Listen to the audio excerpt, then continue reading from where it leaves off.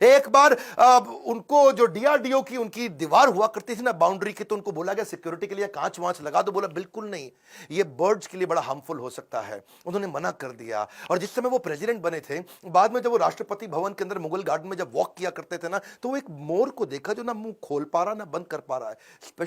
Specially उन्होंने veterinary doctor को बुला के देखा, तो देखा मोर के गले में ट्यूमर है, ना मुंह खोल पा रहा है ना मोर मुंह बंद कर पा रहा है। उन्होंने इसका इलाज कराया। एक लीडर की महानता का इसी बात से पता चलता है कि वो किन लोगों की मदद कर रहा है जो बदले में उन्हें कुछ नहीं दे सकते।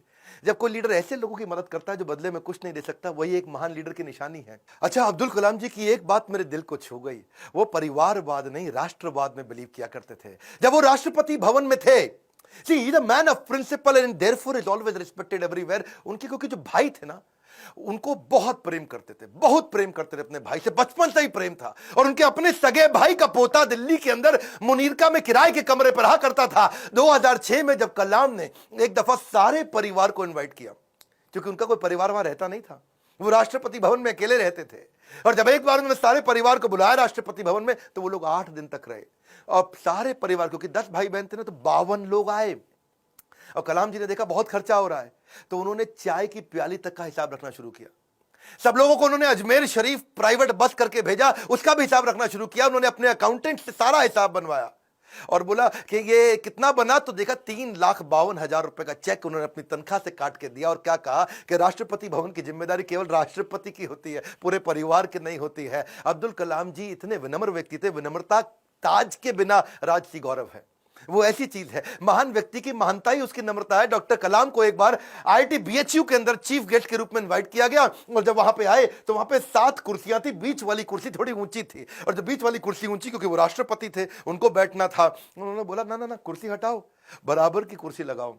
तो बोले नहीं सर, ये स्पेशल कुर्सी है हमारे चीफ गेस्ट के लिए। तो वो समझ गए कि चीफ गेस्ट कौन होते हैं भैया, जो एजुकेशन में महागुरु है वही है। तो उन्होंने वाइस चांसलर को बोला आप आइए बैठिए। वाइस चांसलर घबरा गए, बोला राष्ट्रपति आप हैं, you are the first person of our country, आप बैठेंगे। बोला बिल्कुल नहीं। फिर उन्होंने अपनी कुर्सी हटवाई, बराबर की कुर्सी पे बैठे। कलाम जी ऐसे थे, ईमानदारी एक जादुई गुण है। यदि आपका हृदय ईमान से भरा है तो शत्रु क्या, पूरा संसार आपके साथ खड़ा है। कहते हैं कि कोई भी पैतृक संपत्ति, माता पिता की दी हुई कोई भी पैतृक संपत्ति ईमानदारी के बराबर आपको अमीर नहीं बना सकती। सबसे ज्यादा अमीर व्यक्ति वही जो ईमानदार है।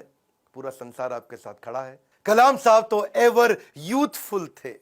70 साल की उम्र में youth icon of the year का अवार्ड उनको मिला। हमेशा जीवन में भगवत गीता और कुरान दोनों साथ में रखते थे। 83 वर्ष की उम्र में उन्होंने रिटायर नहीं किया, रिट्राई किया। He was not tired, he was inspired, he was not tired up, he was fired up। आंखों में रोशनी तो उनकी कम हो रही थी, पर युवाओं के भविष्य को रोशन करने में लगे थे। उनके शरीर के पांव के कदमों की गति कम हो गई थी, पर देश की समृद्धि की गति को बढ़ाने में लगे हुए थे।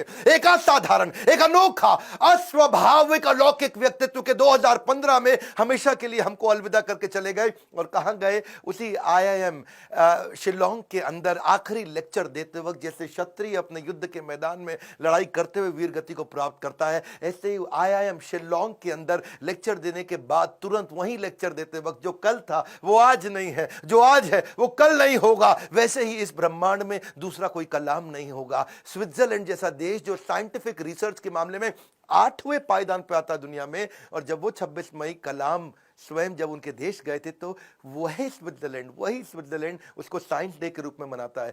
यूएन उनके जन्मदिन को यूएनओ कहता है कि इसको हम वर्ल्ड स्टूडेंट डे के रूप में मनाते हैं। बन जाती है परिभाषा भारत के सम्मान की जब जब बात होती है श्री APJ अब्दुल कलाम की। अब्दुल कलाम जी रेस्ट इन पीस नहीं है, बट रेस्ट इन मी है। अब्दुल कलाम जी आप लौट गए, आप कैसे आएंगे? अगर आप नहीं आएंगे तो आपके शिक्षक